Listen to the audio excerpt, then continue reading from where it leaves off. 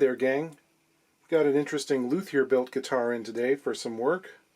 This is a local maker, and this is his 4th guitar, I'm told. The owner wants me to put in a pickup and do some work on some other little issues. There's some cool features we can look at. This has a Sitka spruce top, which is very nice. The back, sides, and the neck all seem to be made out of padauk.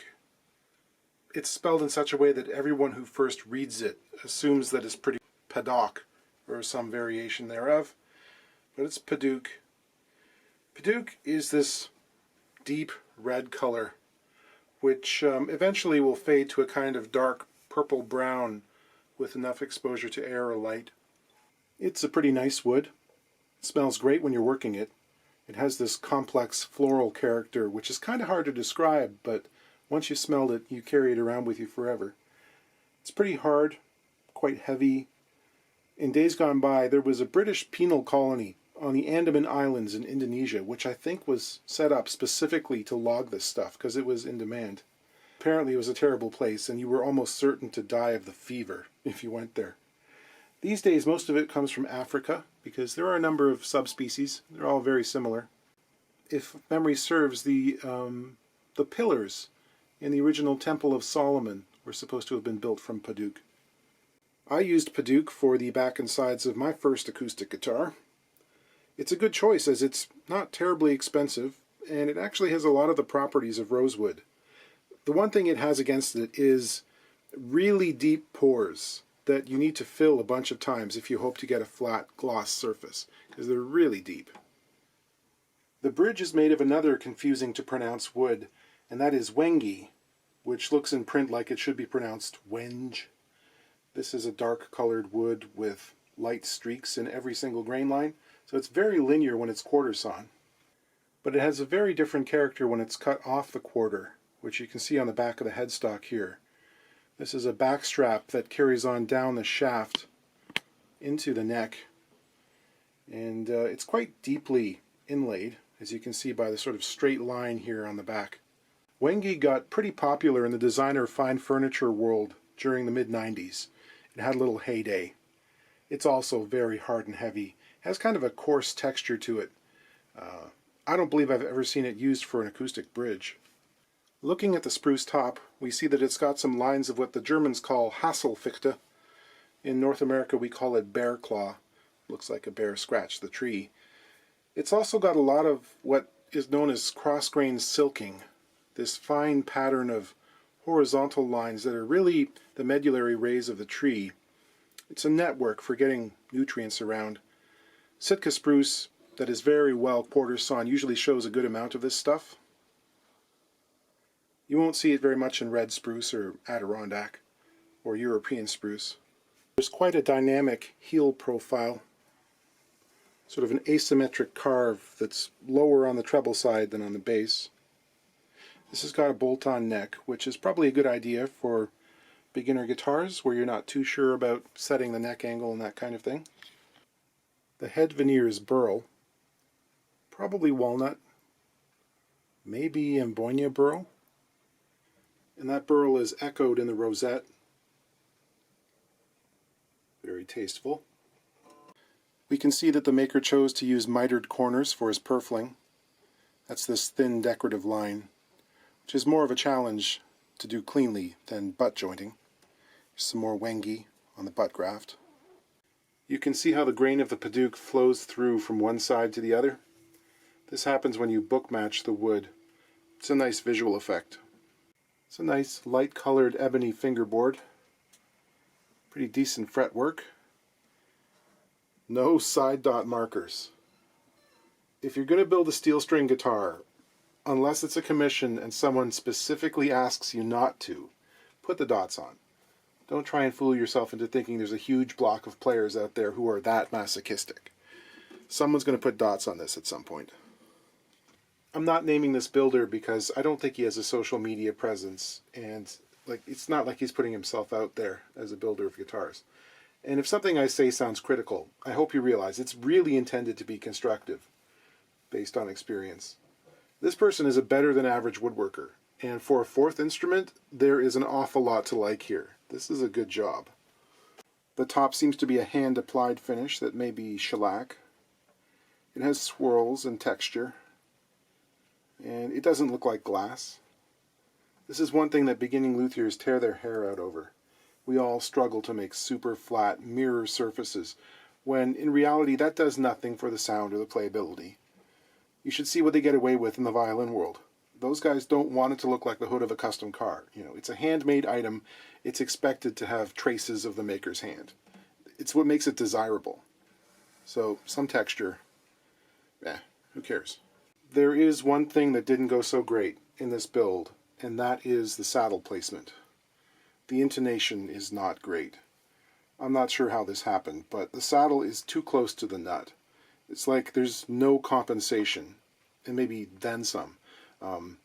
This is the kind of thing that can happen if you make the bridge and then route the saddle slot before putting it on the guitar, which is how almost all instruction books advise you to do it, at least the old ones. In a factory situation, there's usually a jig for placement that registers off the fingerboard and puts the bridge in the right spot.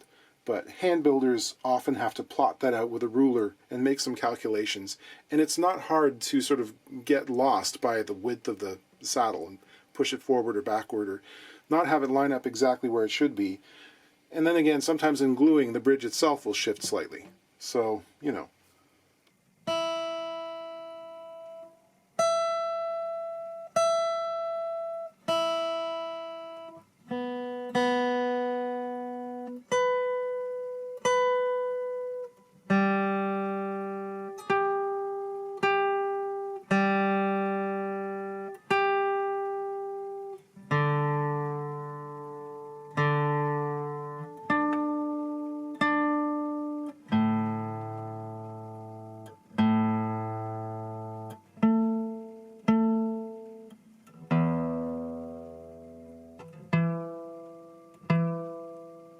Everything is very sharp, at 15 cents and more at the 12th fret.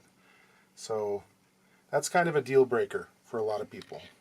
This seems to be a 3/32 saddle, 2.4 millimeters, which is not wide enough to get us where we need to be in terms of string placement. And so we're going to have to plug and reroute this. That too, it's pushing it pretty close to the pinholes. Luckily the saddle is not too high, and we can hopefully get away with it in this case, because this is going to move basically the same width that it is now towards the pins. This is one of the fundamental differences I often see in the work of people who do strictly guitar building versus those who do repair. Usually a repair person is going to look at the setup first, and if they encounter something like this, all the alarm bells are going to be ringing. We tend to deal with this day in and day out, right? For builders, setup comes at the very end of a super long process, and they're sick and tired of sanding and buffing and building. They just want to get the strings on and hear what their creation is like. And sometimes there's a moment of like throwing in the towel because they can't bear to revisit something that has maybe not gone perfectly along the way. So, you know, sometimes, not always, and maybe not in this case, the setup gets a little bit rushed. And there's another thing which I encounter too, is sometimes there are builders out there who have very little recognition of what an average setup is like, what people are actually playing. It's the difference between setting up 10 guitars in a year versus a couple every single day. With the constant repetition, the tolerances seem to get smaller and smaller, and you know, what you consider acceptable gets tighter and tighter. Looking at the action here, on the bass side, it's just around 5/64ths, which would be about 80 thousandths, 2 millimeters, which is fine. Some people would think that's on the low side, but it's very respectable. The treble side, however, is pushing up towards 6/64ths, 90 thousandths, 2.3 millimeters, which is too high.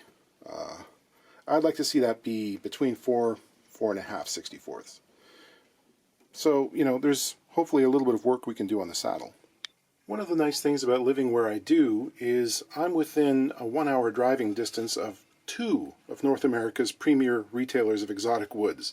So if I find myself needing a chunk of wingy, I can pop over and pick up a short.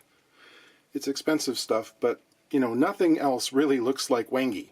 It's distinctive enough in its appearance that trying to fake it doesn't hold much promise, so I got the real deal. I cut myself a strip. You can see again the difference between the flat sawn and quarter sawn. The saddle is a good tight fit. And it's sufficiently deep that you could put an undersaddle pickup in there. That's nice to see.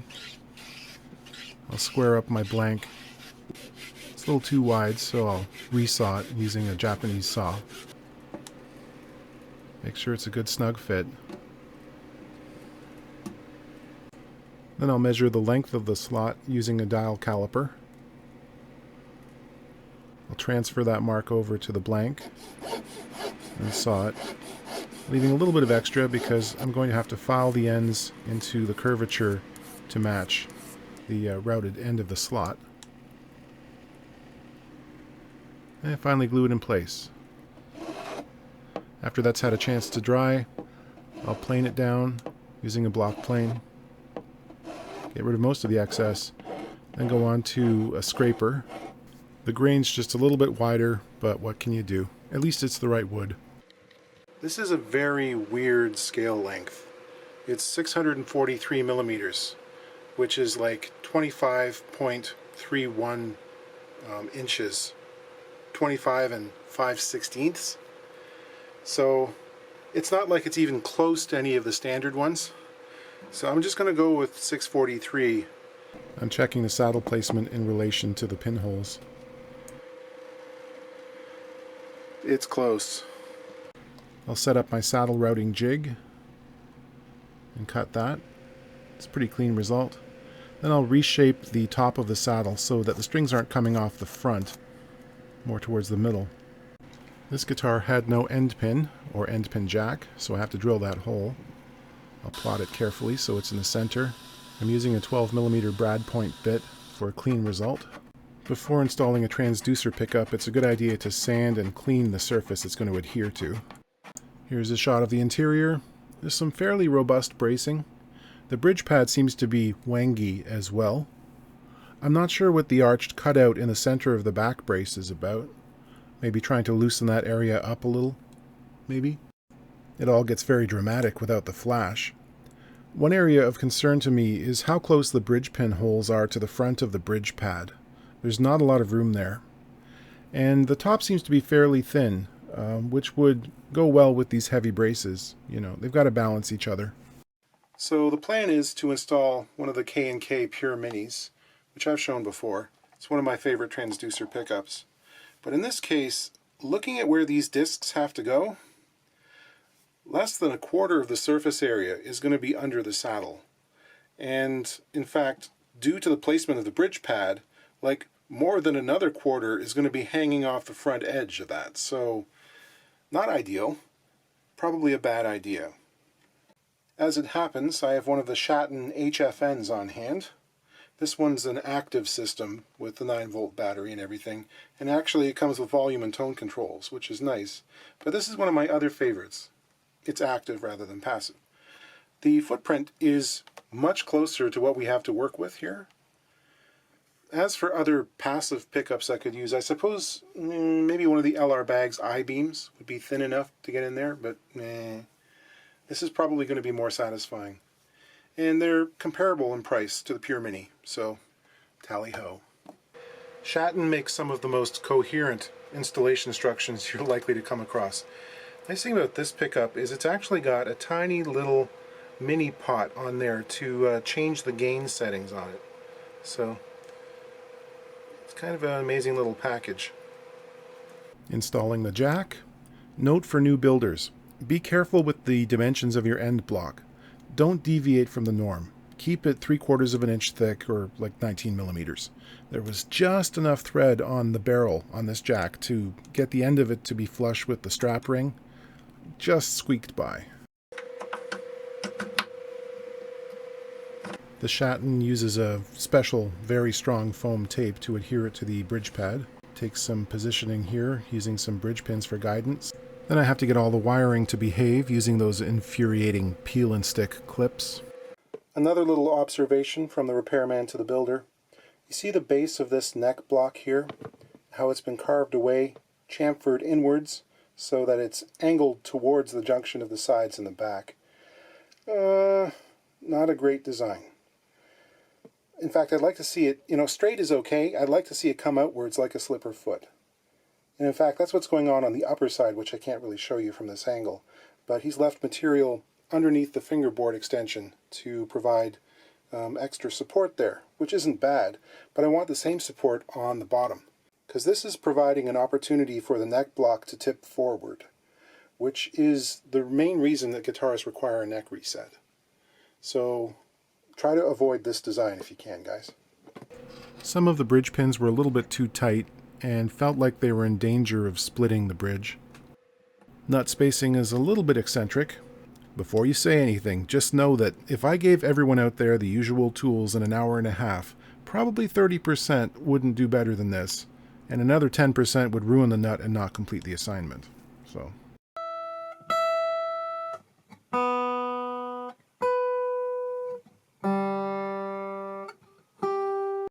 much better. Okay, that's probably enough for tonight. Pretty happy with this. The intonation comes, it's as good as your average Martin, which is saying a lot from where we began. I'll play this thing through the amp and without it. Try not to make comments about the quality of the pickup based on what you hear through your phone as it's being played through a ridiculously inexpensive practice amp. You're not going to be able to tell what this thing sounds like. I think it sounds pretty good, actually. So hopefully this job acts as a little bit of inspiration for those of you who are just getting into guitar building, maybe struggling with that last 10% on your first builds, that it's all repairable. Even if something goes wrong, you can fix it. And in a worst case scenario, we would have been taking off this bridge, making a new one, and plugging the holes in the soundboard, likely refinishing the soundboard. But if you're going to invest 60, 70, 80 hours of your time into something, you owe it to yourself to really take it to completion. Finish it up. Be self-critical. If your guitar is not playing in tune, that's a major issue that you can fix. So don't just get discouraged about it. It's not a failure. This guitar was not a failure. It's a beautiful instrument. Just needed a little bit of tweaking.